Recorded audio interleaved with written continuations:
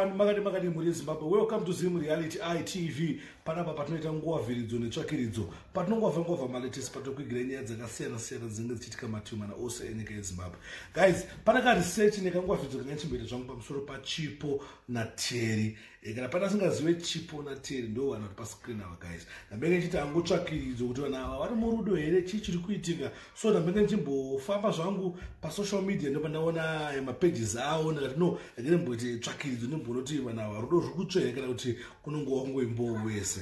So ndine mapost dzandichakuratidzai guys. Ndifunga muri kuona post iri apa inova post yaChipo na mai nababa vaTeri achiratidza kuti no mai nazosarudza kuti ase kuratidza vabereki vangu muroora, which means there's something wrong. Pana zvikuitika ivo ngo kuti andati sparks Chipo pakuti watsvakiridzo nengwavhiridzo. Saka pana maposti ese amugona kuti paskini anga achipost kuonani naTeri. Then ndabva ipapo apa ndakumirira nyaya yangu panani panaTeri navatagendera kuna Chipo kuti Chipo aimbopostawo here Teri semapostirwo aiitwa iye. Ndo patazoona kuti ano Chipo ane maposti akaiposta anoratidza futi kuti rudo ruri kuita se ruri kutsva. Saka ndo maposti ani aChipo angakaita se angakaposta. Handiti ndo maposta aChipo angaita se angakaposta wevaya. Ndofamba ndongozviona kuti there's something wrong.